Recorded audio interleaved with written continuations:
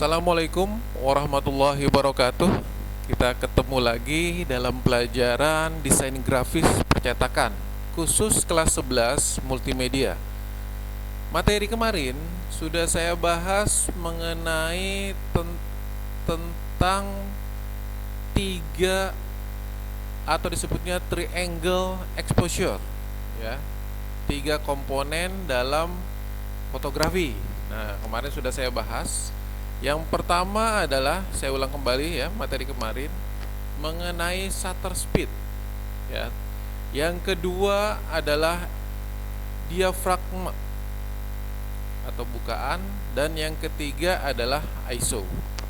Nah, dari disebutnya triangle ini dasar-dasar dalam penggunaan kamera nanti. Kalau misalkan dasar-dasarnya Anda sudah bisa, nanti kita mulai mempraktekkan menggunakan kameranya. Nah, jadi triangle exposure ini benar-benar seorang siswa harus menguasai. Kalau misalkan belum menguasai, nanti akan kebingungan dalam proses penggunaan materi hari ini, yaitu menggunakan prosedur operasi kamera. Nah, jadi untuk materi kemarin silahkan dipelajari kembali ya, dan juga hari ini penggunaan kameranya. Jadi ada hubungannya dengan materi yang kemarin. Oke, kita lanjutkan. Di sini ada prosedur operasi kamera. Nah, kamera yang kita gunakan adalah menggunakan yang saya sebutkan DSLR.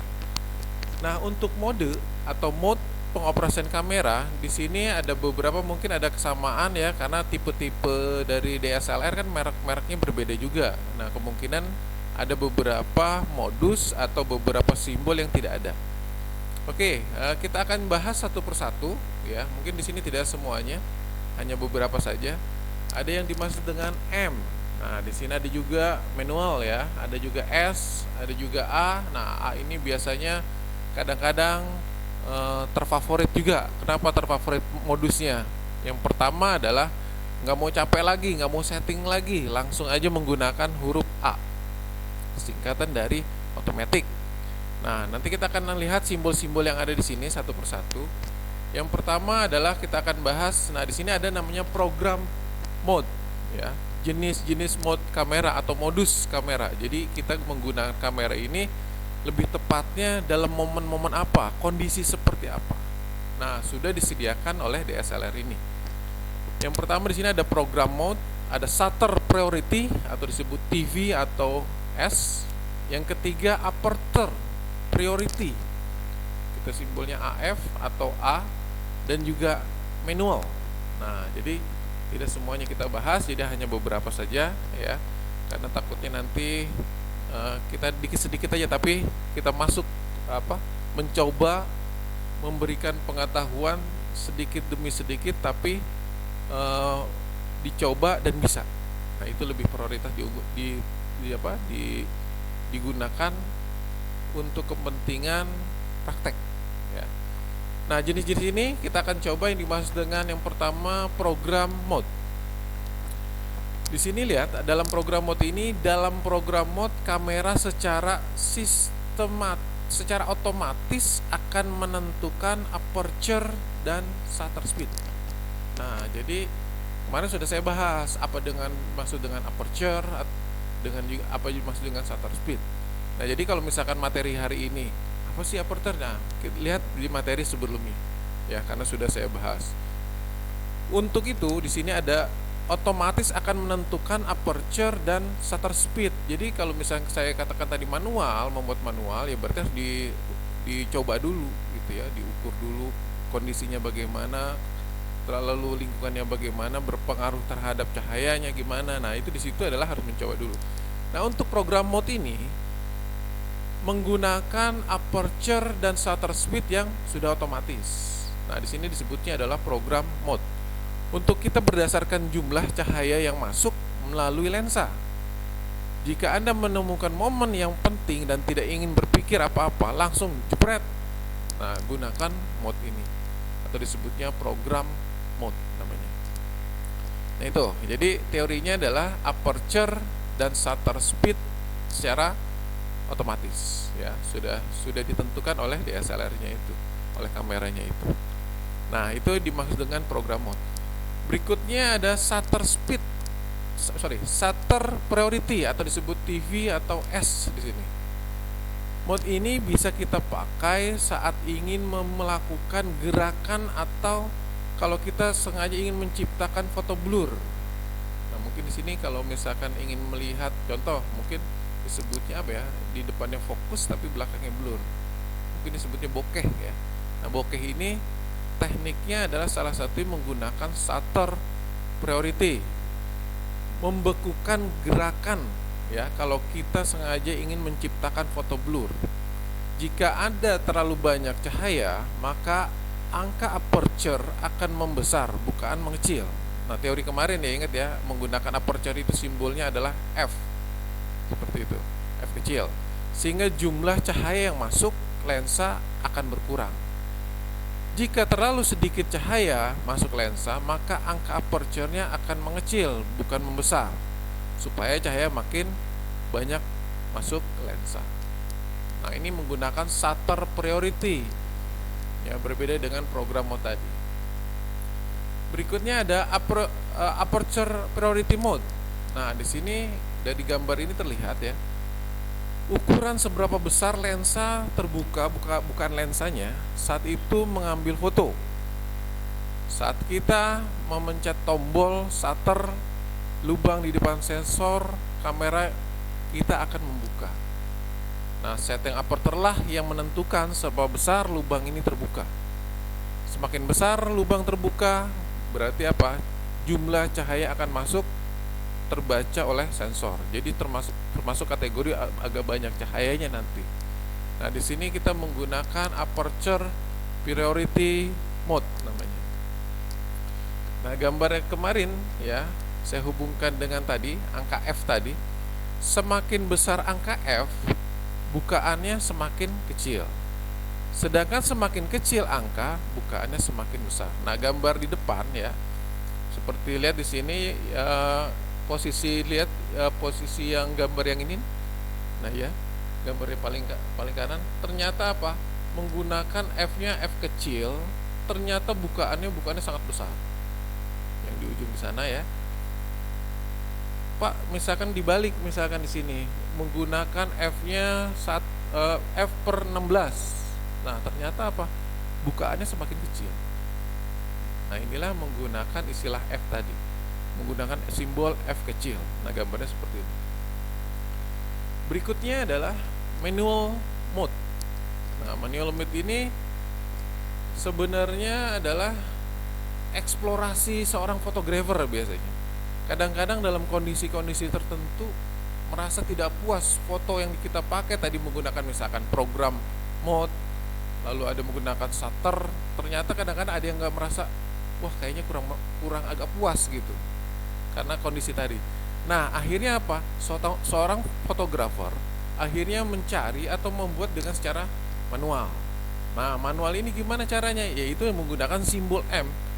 Jadi di thumb wheel yang ada di roda di posisi di posisi kamera, thumb wheel di situ kita pilih huruf M ini.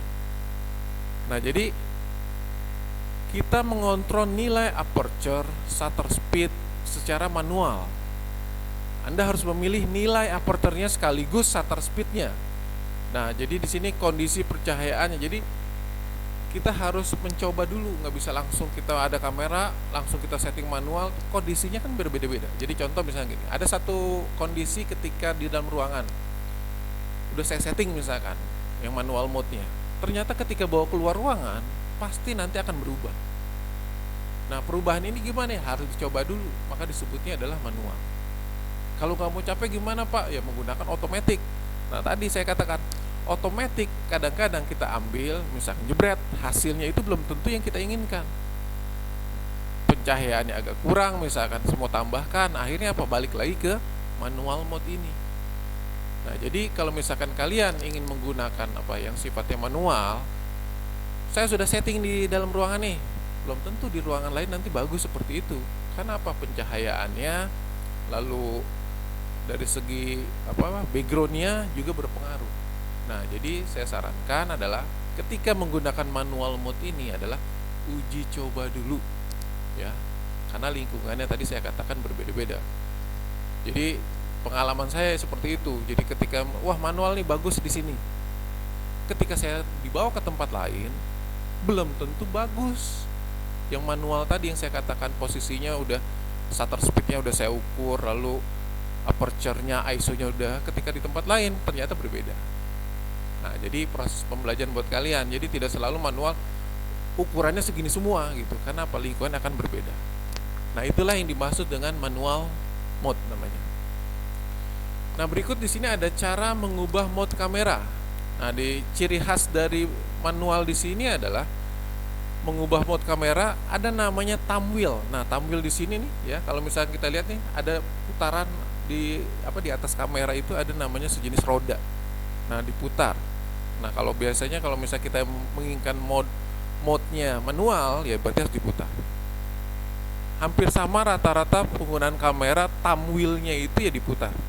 Nanti ada sebagai posisi on-nya gimana, nanti ada garis kecil biasanya. Nah, itu adalah menandakan posisi untuk menentukan modus yang kita inginkan atau mode yang kita inginkan. Nah, di sini ada Nikon D5000, ada Canon 50D. Nah, jadi tergantung dari kamera masing-masing. Kalau misalkan kita lihat ya hampir sama, diputar juga semuanya dalam penggunaan mode kamera ini. Nah, jadi intinya tadi saya sudah jelaskan P apa, S apa, A apa, M apa, itu sudah dijelaskan. Nah, jadi tinggal mempraktekkan saja ya bagi yang punya DSLR. Ya maaf aja, kadang-kadang kita punya alat juga belum tentu semuanya bisa menggunakan. Akhirnya apa? Kita harus mencoba, mengeksplorasi. Ini fungsinya buat apa sih, satu fungsi ini buat apa? Nah, jadi jangan istilahnya mode favorit tadi saya katakan. Apa mode favorit? A, otomatis, semuanya serba otomatis. Oke, nah jadi ada namanya thumb wheel ya, putaran atau roda disediakan di kamera, di atas kamera. Nah, di sini ada namanya apa itu metering. Apa gunanya? Nah, di sini shutter speed atau metering dipakai untuk mengukur cahaya yang dilihat oleh kamera. Nah, jadi kamera kira-kira di sini standar atau tidak? Biasanya nanti akan terlihat menggunakan metering ini. Ya, metering yang digunakan. Nah, fungsinya buat apa? Ini sebagai mengukur. Kalau kita lihat penjelasan di sini, melihat objek foto melalui viewfinder kamera. Nah, berarti apa? Kalian harus tahu yang dimaksud dengan viewfinder itu seperti apa. Karena untuk melihat hasil objek yang kalian lihat ada dua cara teknik penglihatan. Yang pertama menggunakan viewfinder, yang ciri khasnya matanya ditutup satu, sebelah kanannya melihat. Nah, itu menggunakan viewfinder. Yang kedua adalah display LCD ya.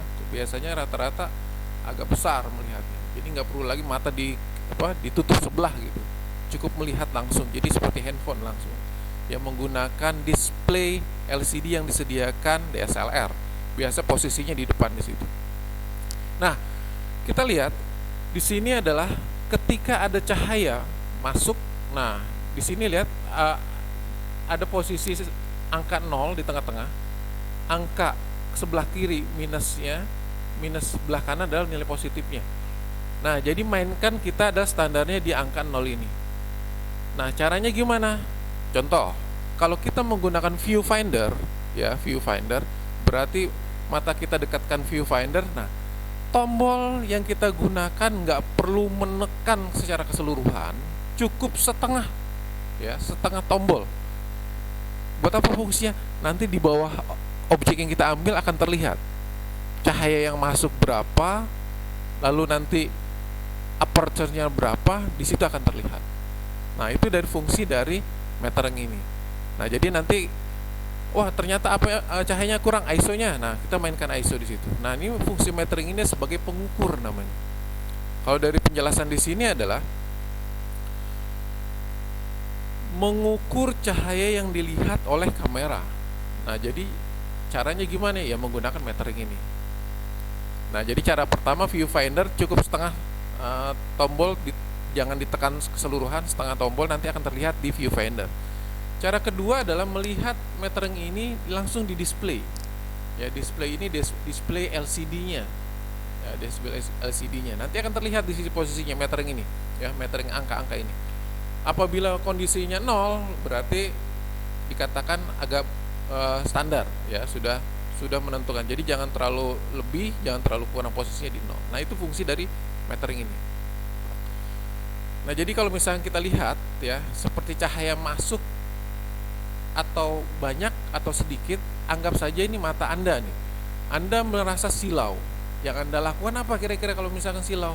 Biasanya adalah memicingkan mata. Jadi mata ini agak ditutup. Jadi melihatnya sedikit saja gitu. Secara tidak sadar Anda mengurangi jumlah cahaya yang masuk ke mata supaya Anda tidak silau tadi. Nah, itulah yang dimaksud dengan bukaan tadi, bukaan kamera. Jadi kalau misalkan kalian mau melihat secara keseluruhan, mata Anda buka, otomatis cahaya akan masuk banyak. Supaya nggak silau gimana? Ya berarti mata Anda diturunkan. Arti diturunkan itu maksudnya adalah bukaan tadi, ya, bukaan mata tadi. Nah, di situ ya.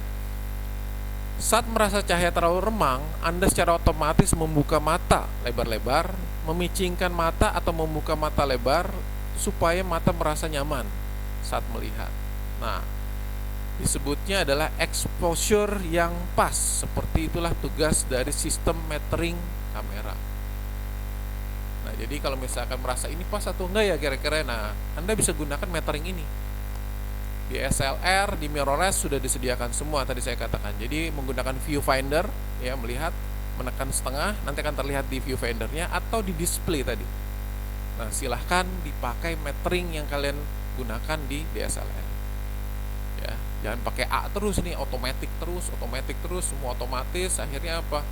Eksplorasinya nggak ada.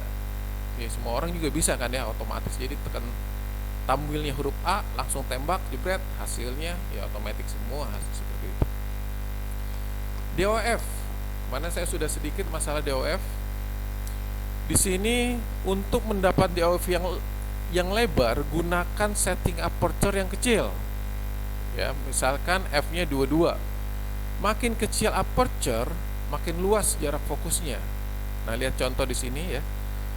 Mendapat DOF yang sempit, gunakan aperture yang sebesar mungkin, misal f2,8. Lihat contoh di samping kanan.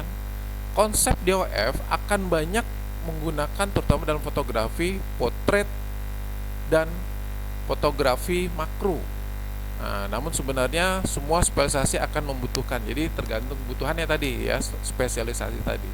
Nah, ini gambar lihat di sini, di depannya ada benar-benar fokus, tapi di belakangnya agak blur. Nah, ini ada istilahnya mempertajam fokus yang ada di depan. Berikutnya materi kita adalah, nah tadi penggunaan kamera ya sudah selesai. Kita yang kedua adalah cara perawatan kamera. Kadang-kadang kita punya kamera lupa ya, capek selesai pemotretan langsung saja simpan. Nah, di sini kita akan lihat cara-cara perawatan kamera ya. Tapi ingat ya, perawatannya khusus untuk DSLR. Yang pertama adalah kita menggunakan protektor pada LCD, filter UV pada lensa. Jadi supaya apa ya? Saya analogikan seperti kalian punya handphone, supaya layar Anda tidak tergores-gores, biasanya ada sejenis protektornya, disebutnya anti goresnya. Nah, di lensa ini juga disediakan juga. Tujuannya apa? Takutnya ada sesuatu yang menggores lensa di depan, mengakibatkan hasil yang ada di depan kameranya akan terlihat. Nah, maka dibutuhkan sejenis protektor pada LCD-nya. Dan juga bisa juga sebagai filter UV pada lensa. Nah, nanti jenis-jenis filter kita akan bahas. Pembersih bodi kamera. Nah, di sini setiap selesai digunakan. Nah, tadi saya katakan kalau habis pemotretan, wah capek ini, langsung aja simpan, taruh, padahal di situ banyak debu, ada banyak kena cairan mungkin di situ. Nah, jadi salah satunya adalah bersihkan bodi kamera menggunakan lens pen. Ya, lens pen. Membersihkan kamera sehabis digunakan sangat penting. Menjaga maka disimpan yang baik. Di sini lihat sebelah kanan, membersihkan dari debu maupun kotoran yang bisa masuk ke dalam bodi kamera. Nah, jadi kalau misalkan kita lihat gambarnya seperti pulpen ya, gambarnya seperti pulpen di situ, tapi di bawahnya ada sejenis bulu-bulu gitu. menggunakan cleaning set, biasanya terdiri dari blower, ya nanti ada blower, lalu berikutnya ada lap lensa, lalu lensa pen. Lepaskan baterai. Nah, jadi kalau misalkan kalian sudah memakai ternyata nanti dipakainya lama lagi, usahakan dilepas baterainya. Penyimpanan yang cukup penting, menghindari kemungkinan terjadinya aliran listrik yang terus-menerus, ya, aliran listrik yang terus-menerus ke kamera dalam waktu yang lama menyebabkan kerusakan fungsi elektrik. Nah, jadi usahakan ya, sebaiknya kartu memori juga dilepaskan dari bodi kamera. Nah, jadi kalau misalkan setelah pakai, usahakan tadi baterai, memori dicabut, ya. Tujuan apa tadi? Listrik akan terus-menerus mengalir ke bodi kamera. Maka disarankan, apalagi misalkan tidak dipakai beberapa kali, itu kadang-kadang ada namanya karat, ya, mengakibatkan ketika proses aliran listrik akan terganggu nanti. Nah, di sini lepas baterai dan lensa. Jaga kelembaban agar tidak berlebih. Caranya gimana? Nah, di sini ada salah satunya mengakibatkan kalau lembab ini mengakibatkan lensa akan berjamur, berada pada kelembaban yang cukup tinggi, mengakibatkan tumbuhnya jamur dalam lensa. Nah, caranya gimana? Di sini menggunakan ada namanya dry box, ya, atau dry cabinet. Nah, gambarnya seperti ini. Nah, jadi kalau misalkan kalau sudah profesional mungkin alat-alatnya lebih lengkap di sini, ya. Ada alat namanya dry box, kotak seperti itu. Tapi ingat, nanti di dalamnya dalam kondisi 30 sampai 50 derajat. Ya, 30 sampai 50 derajat Celcius. Jadi ukuran jangan sampai terlalu dingin banget, jangan terlalu panas juga. Biasanya di standarnya itu, antara itu. Nah, ini. Berikutnya. Nah, di sini ada rutin bersihkan sensor kamera dengan clean image sensor. Nah, di sini saya katakan tadi ada sejenis, merupakan salah satu nyawa untuk menghasilkan foto dan kualitas gambar yang baik. Ya, di sini di depan kalian lihat di situ ada sejenis pembersih blower sensor gambarnya, ya. Jadi teorinya ada dibersihkan menggunakan blower ini, jangan ditiup. Jadi ditiup baru nanti menggunakan kapas seperti itu. Nah, biasanya nanti hasilnya agak berbeda dengan menggunakan blower ini. Ganti lensa di tempat yang bersih. Nah, jadi kadang-kadang lensa ini penggantiannya memang kalau sudah profesional mungkin nggak masalah, tapi kadang-kadang yang masih pemula nih, ganti lensa posisinya di mana, ada saja cairan yang masuk di situ. Nah, bahaya juga. Nah, maka digunakan tempat yang bersih dan kering. Karena apa? Posisi ketika melepaskan naruhnya sembarangan seperti itu mengakibatkan lensa ada yang kena cairan atau misalkan kena baret di situ. Nah, di sini salah satunya adalah cari yang bersih dan kering. Selalu tutup lensa dengan lensa cap yang tidak digunakan. Landscape ini maksudnya adalah posisi kita setelah digunakan, kadang-kadang ada saja orang yang membawa itu. Dampaknya ketika proses dibawa ada saja kena goresan. Nah, maka usahakan selalu ditutup dalam perawatan kamera ini. Caranya gimana? Yaitu tadi, ketika sudah tidak dipakai, tutup, ya. Sudah dipakai, tutup. Hindari meninggalkan mobil di dalam kamera. Kenapa alasannya? Biasanya adalah masalah panas tadi, di atas sampai 50 derajat Celcius misalkan. Akibatnya apa? Ya, kualitas kamera nanti akan berkurang. Nah, hindari meninggalkan kamera di dalam mobil. Karena tadi, ya, apalagi siang hari taruh di situ tanpa ada apapun langsung kena panas, biasanya kualitasnya cepat rusak hasilnya. Nah, hindari meninggalkan kamera dalam mobil. Air laut. Nah, air laut kalau misalnya kita sedang pemotretan di di posisi di sekitar air laut, kadang-kadang udaranya juga berpengaruh, apalagi airnya, ya, air laut ini. Nah, berikut kamera lensa memiliki bagian bergerak. Nah, di sini tombol-tombolnya sudah saya jelaskan, ya, di awal. Misalkan ada di depannya lensa, lalu di depannya ada fokus. Fokus itu ada dua, autofokus, ada manual fokus. Ini sudah saya bahas materi yang kemarin. Oke, hari ini cukup, ya. Jadi perawatan kamera serta alat-alat yang digunakan minimal siswa mengerti, lalu mencoba mempraktekkan, ya. Mempraktekkan dan hasilnya ya harus ada, benar-benar memuaskan. Jadi jangan hanya sekedar tahu tapi belum pernah mempraktekkan. Oke, hari ini cukup dari saya. Mudah-mudahan kita sehat semua. Assalamualaikum warahmatullahi wabarakatuh.